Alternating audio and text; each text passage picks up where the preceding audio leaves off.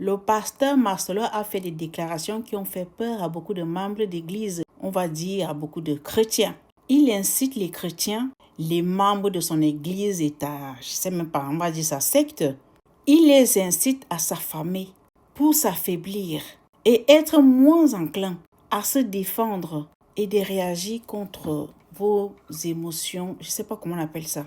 Le pasteur Marcelo, il a dit, je vais vous poster la vidéo à la fin pour ceux qui veulent. Tu dois t'affamer, tu dois jeûner, tu dois te sacrifier quand ils sont tous en train de jeûner.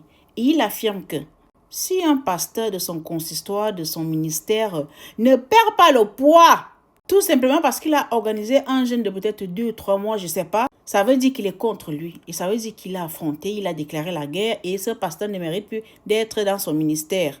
Je ne sais pas si vous me suivez, mais je vais vous laisser écouter la vidéo. Moi, je trouve que c'est dangereux. Le jeûne ne te fera jamais perdre du poids. Il y a certaines personnes qui sont faites qu'ils ne peuvent pas perdre du poids, il n'y a rien à faire. Tu peux faire le nombre de jeûnes que tu veux. Le poids ne part pas. Il est même parti jusqu'à menacer les pasteurs. Si vous ne perdez pas du poids quand vous jeûnez, vous êtes un homme malhonnête. Écoutez ça s'il vous plaît. Tu es ouvrier de l'église. Tu es pasteur assistant. Si tu manges, je te suspends. Vous avez entendu?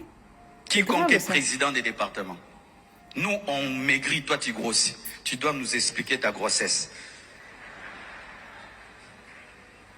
Nandolande la bataille Nabino. Comment quelqu'un qui a fait 30 jours, il dit il mange que les fruits et les légumes. Il faut l'accepter les légumes, on a des fruits, ils ont des marques. Alléluia. Comment on reconnaît un rebelle dans une église? Il se dit collaborateur du pasteur. Vous tous êtes en train de jeûner, lui il est en train de manger. C'est un esprit de rébellion. Dans toutes les églises, quand quelqu'un commence à se rebeller, il n'obéit plus au programme des jeunes. Oui, c'est comme ça que vous pouvez découvrir que quelqu'un est devenu un rebelle. Du haut de cette chair, tu m'appelles ton pasteur et moi je te dis nous entrons en jeûne. Et tu dis que tu es mon collaborateur. Tu es comme Hur et Aaron. Moïse pense que tu tiens alors que tu ne tiens pas. C'est comme quand on pousse une voiture, toi tu mets tous tes muscles, l'autre il touche seulement. Si tu es fils, si tu es ouvrier, si tu es serviteur dans l'église, c'est obligatoire, tu dois jeûner. Si tu manges, tu es suspendu. C'est comme dans l'armée. Quand c'est la guerre, on te dit va en guerre. Tu ne vas pas en guerre, on fait quoi? On te met en prison. Vous savez ça? Et dans l'armée, c'est comme ça. Tu deviens militaire, on te dit ok. Les gens qui partent dans l'église de cette personne, vous faites comment pour l'écouter? Vous avez vu le bide qui est devant malgré tous les jeunes qui l'enchaînent. Malgré ça, il a encore le gros ventre.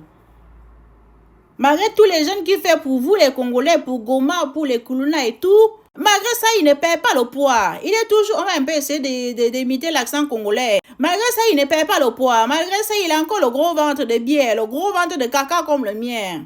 Le genre que monsieur a les pieds en X. Même mon mère Simpson est mieux taillé que le pasteur Marcelo. Bref, c'est un homme de Dieu, on ne va pas trop le critiquer. Je mets énormément, beaucoup de doutes dans tout ce qui sort de sa bouche. C'est tout le tapolé. On est ensemble, portez-vous bien.